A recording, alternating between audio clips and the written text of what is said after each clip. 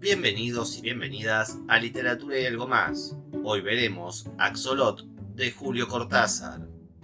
Primero conozcamos al autor. Julio Florencio Cortázar nació el 26 de agosto de 1914 en Bruselas, de padres argentinos.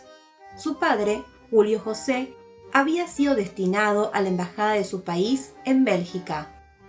Luego, su familia se refugió durante la Primera Guerra Mundial en Suiza hasta 1918, año en que regresan a Buenos Aires, Banfield, donde fue criado con su hermana por su madre y tías a causa del abandono del padre a sus 6 años.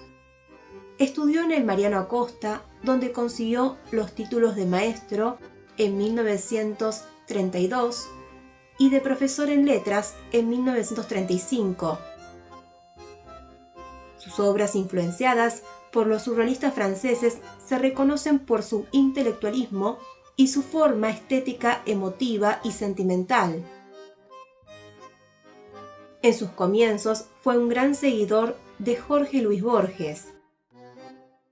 En 1935 inició la carrera de Filosofía y Letras. Daba clases y publicaba estudios de crítica literaria y su colección de sonetos Presencia, 1938, bajo el seudónimo de Julio Denis.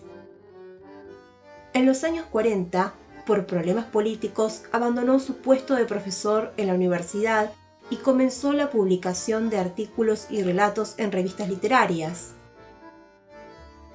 Tras conseguir el título de traductor oficial de inglés y francés, se trasladó a París, donde trabajó como traductor de la UNESCO. De esa manera, en 1951, inició su exilio. Dedicó su vida a viajar, pero residió principalmente en París.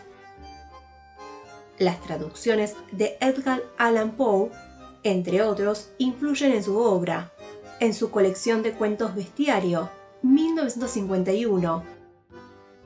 A pesar de haber realizado distintas publicaciones durante estos años, donde se destacan Final del Juego, 1956, Las Armas Secretas, 1959, Historias de Cronopios y de Famas, 1962, se hace el famoso en 1963, con Rayuela, una novela vanguardista que reinventa el género planteando una novedosa forma de lectura. También se destacó por sus misceláneas o género almanaque, donde mezcla narrativa, crónica, poesía y ensayo, como por ejemplo En la Vuelta al Día en 80 Mundos, 1967, y 62 Modelo para Armar, 1968. El viaje que realizó a Cuba en los 60 le marcó su camino político. Apoyó a líderes como Fidel Castro, Salvador Allende o Carlos Fonseca Amador. Formó parte del Tribunal Internacional Russell, que estudiaba las violaciones de derechos humanos en Hispanoamérica. En su libro de Manuel, 1973, quedó reflejado su compromiso político. En los años siguientes se destacaron los poemas Pameos y Meopas, 1971, los relatos de Octaedro, 1974, y Queremos tanto a Glenda, 1980, o Un tal Lucas, 1979, y Los autonautas de la Cosmopista, 1983.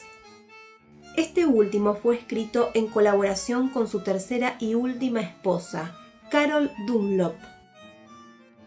En 1984 recibe el premio Konex de honor en Argentina. Poco antes de fallecer y de su visita sin reconocimiento y casi oculta a la Argentina, publicó su libro de poemas Salvo el crepúsculo, 1984, y los artículos Argentina, Años de Alambradas Culturales, 1984, falleció el 12 de febrero de ese mismo año en París. Resumen del cuento. Publicado en Final del Juego, en 1956, Trata de un hombre que visita cada vez más asiduamente un acuario y pasa horas frente a una pecera observando a un axolot. Se obsesiona cada vez más con el animal y se siente unido e identificado con él, hasta que se produce un supuesto cambio de identidades entre ellos. ¿Cuál es el significado del título? Axolot hace referencia al nombre azteca del animal, ya que el español es ajolote, lo que nos presenta una lectura ideológica marcada por la estética del realismo mágico, que desarrollaremos más adelante. ¿Qué tipo de narrador presenta el cuento? El cuento presenta un narrador que narra en primera persona. Participa en la historia, intradiegético, como protagonista. Focalización interna fija en él. Analicemos el espacio y tiempo del relato. La acción transcurre en un acuario de París. El narrador da índices espaciales muy precisos, nombres de calles y de espacios públicos, favoreciendo que el marco se acerque más al campo de lo real y de este modo tenga mayor impacto el hecho sobrenatural. El protagonista visita la pecera durante varios días y pasa frente a ella muchas horas antes de que se produzca la transformación. El intercambio es instantáneo. En Axolot, los tiempos de la historia, los hechos lineales y el relato, el momento en que decide iniciar su historia el narrador, no coinciden, ya que el narrador nos anticipa en las primeras líneas lo que ocurre al final. Ahora soy un axolot. Veamos la estructura del relato. Es difícil reconocer el conflicto en un momento puntual, ya que la obsesión del hombre aumenta de manera progresiva. En un momento dado, el narrador utiliza el nosotros para referirse a los axolots, en lugar de a los hombres. En la situación inicial, el hombre cuenta cómo nace su interés por los axolots. Esto sirve para introducir el personaje y el marco. El conflicto se presenta porque el interés se convierte en una obsesión en aumento. La resolución se da en un supuesto intercambio de personalidades. Caractericemos a los personajes. Protagonista, narrador, tiene una fuerte obsesión por los axolot. No solo pasa horas frente a la pecera, sino que además dedica horas a estudiarlos en libros y piensa todo el tiempo en ellos, incluso antes de la transformación, íntimamente vinculado con ellos. La obsesión lo lleva a un aislamiento social, ya que solo se relaciona con los axolot. Se hace un planteo existencialista acerca de la naturaleza del hombre como género, contraponiéndolo con los axolot. La transformación no lo sorprende, no hubo nada de extraño, tenía que ocurrir. Y la considera el desenlace natural de su vínculo con el animal. El guardia casi no participa en la acción. Es la única persona presente al momento de la supuesta transformación, pero no puede verla porque es invisible a la vista. Al axolot lo conocemos a través de la voz del narrador, que lo caracteriza en forma directa. Según el protagonista, tiene características muy humanas y no eran animales.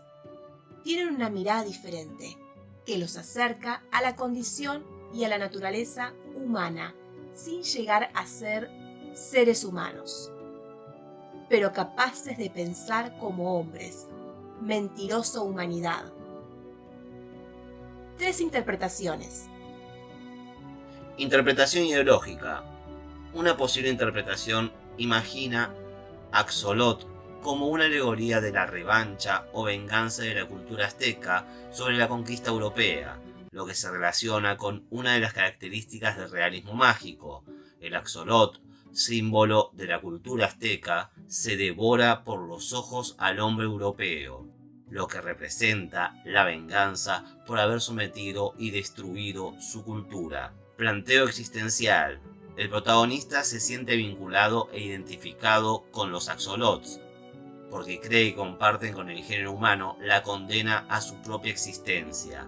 Al igual que el hombre, abandonado a su destino e incapaz de comprender su propio mundo, el axolot es esclavo de su cuerpo. Está enterrado vivo y cumple una condena eterna. Lectura fantástica. El relato también puede ser visto desde el punto de vista del fantástico, planteando una interpretación maravillosa en la que el narrador realmente tuvo una transmigración con el axolot, o una interpretación extraña en la que su obsesión lo lleva a imaginarse esa situación hasta llevarlo al punto de la enajenación. Eso es todo, amigos y amigas. Hasta la próxima tertulia literaria.